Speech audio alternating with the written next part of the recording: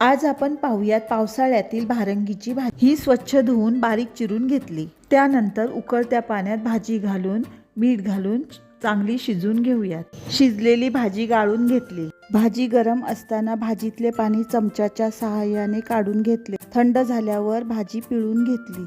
पिळल्यानंतर कुस्करली।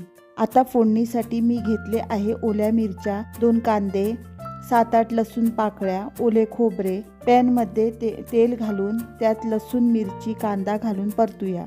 कांदा चांगला भाजला की भाजी घालूयात। भाजी परतली की खोबरे घालूयात।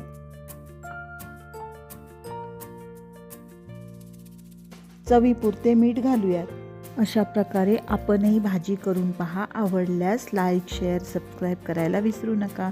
परत पुन्हा भेटू अशाच एका नवीन रेसिपी सोबत। धन्यवाद।